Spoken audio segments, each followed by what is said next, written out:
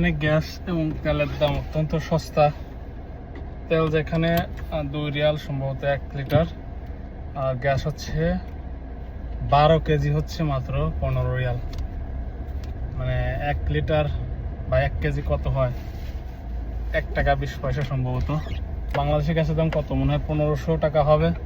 কেজির গ্যাস কিনতে এখানে 15 রিয়াল খরচ হয়, 1 টাকা সামথিং আর কি, কাতারি রিয়াল। আর আমরা যে বড় ট্যাঙ্কিতে গ্যাস কিনি, ওই ট্যাঙ্কিগুলো আমাদের 1000 লিটারের একটা ট্যাঙ্ক, কমার্শিয়াল স্পেস আর কি। ওইগুলো আরও খরচ কম, ওইগুলোতে আপনার 1 লিটার খরচ পড়ে মাত্র 56 পয়সা। 56 পয়সা মানে কত? বাংলাদেশের 15 টাকা হবে 1 লিটার গ্যাস, ঠিক আছে। আর এখানে যে রিটেল যেগুলা ছোটো সিলিন্ডারে 12 কেজি সিলিন্ডার, এইগুলা আপনার একটু খরচ বেশি। এগুলা আপনার 12 কেজিটা 15 রিয়াল আপনার রিটেল প্রাইস।